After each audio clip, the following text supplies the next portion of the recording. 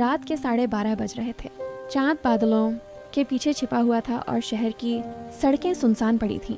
अलमीरा, जो अपनी खूबसूरती और नरमी के लिए मशहूर थी, छत पर खड़ी तेज हवा में उड़ते बादलों को देख रही थी। लेकिन उसके दिल में कुछ और ही तूफान मचल रहा था। आज उसका दिल अजीब तरह से घबरा रहा था, जैसे कोई उसे पुकार रहा हो, जैसे कोई अनजाना रास्ता उसे अपनी तरफ खींच रहा हो।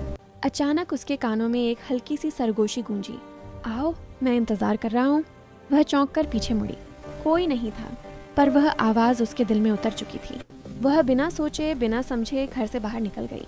कमज़ोर कदमों से चलते चलते वह शहर के किनारे पहुंच गई, जहां एक गहरा रहस्यमयी जंगल शुरू होता था।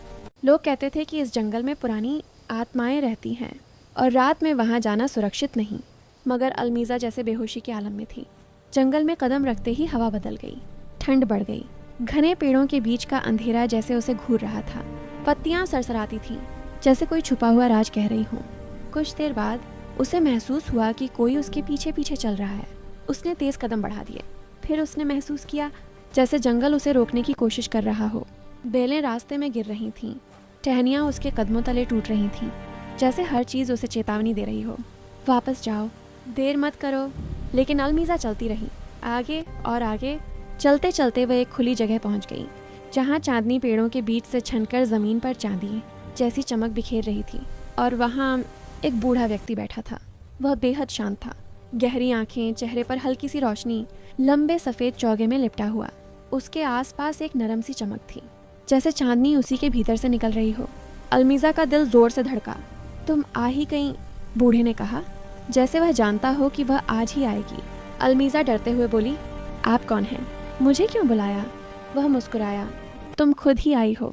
मैंने तो सिर्फ तुम्हें रास्ता दिखाया है। अलमीज़ा हैरान रह गई। मैंने? क्यों? बूढ़े ने अपनी लकड़ी ज़मीन पर टिकाई। क्योंकि तुम एक राज की वारिस हो। तुम्हारे भीतर एक ऐसी शक्ति है जिसे तुमने कभी पहचाना नहीं। तुम आम लड़की नहीं हो अलमीज़ा। तुम्हारी आंखों में वह रोशनी है जो सदियों में एक बार पैदा होती है। अलमीज़ा घबराकर पीछे हटी। मैं समझ नहीं पा रही। बूढ़ा बहुत धीरे से खड़ा हुआ, जैसे हवा उसे सहारा दे रही हो। हर इंसान एक मकसद के साथ पैदा होता है। कुछ लोग उसे जान लेते हैं, कुछ पूरी उम्र भटकते रहते हैं। लेकिन तुम? वह मुस्कुराया, तुम्हें जंगल ने खुद बुलाया है। जंगल ने? हाँ, ये जंगल, ये पेड़, ये हवा, ये सब तुम्हें जानते हैं। तुम इस धरती की बेटी हो। तुम में इलाज करने की ताकत है, रोशनी फैलाने की शक्ति है। लेकिन इसके लिए तुम्हें डर से आज़ाद होना होगा। अलमीज़ा की आंखों में आंसू आ गए। अगर मैं इतनी खास हूँ तो मेरी ज़िंदगी इतनी मुश्किल क्यों रही?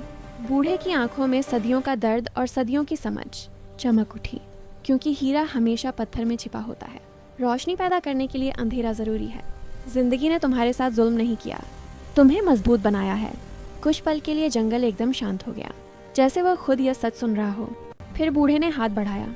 चलो, मैं तुम्हें वह दिखाता हूँ जिसके लिए तुम यहाँ आई हो। वह उसे जंगल के और भीतर ले गया। वहाँ एक विशाल, बहुत पुराना पेड़ खड़ा था। उसकी छाल पर अजीब से चिन्ह बने हुए थे। जड़ों से नीली रोशनी निकल रही थी। बूढ़ा बोला, यही तुम्हारी शक्ति का स्रोत है। इससे जुड़ी आत्माएं तुम्हारी रक्षक हैं। आज से तुम कमज़ोर नहीं रहोगी। आज से तुम्हारा डर तुम्हारी ताकत बन जाएगा। अलमीज़ा पेड़ के पास गई और हाथ रखा। अचानक रोशनी उसके हाथों से होते हुए पूरे शरीर में फैल गई, जैसे उसकी आत्मा का दरवाज़ा खुल गया हो। वह तेज़ी से सांस लेने लगी। बूढ़ा मुस्कुराया, अब तुम पूरी हो चुकी हो। समय आने पर तुम्हें अपना रास्ता खुद दिखाई देगा।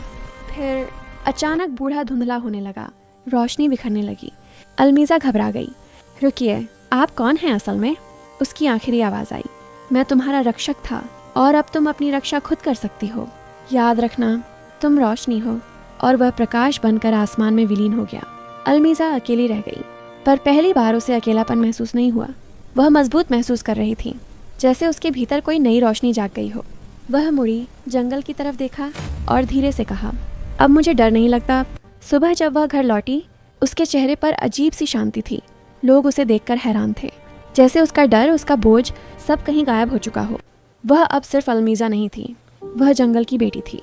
और उसे पता था, उस रात दिखाई देने वाला बूढ़ा सिर्फ इंसान नहीं था, बल्कि उसकी किस्मत का दरवाज़ा खोलने वाला था।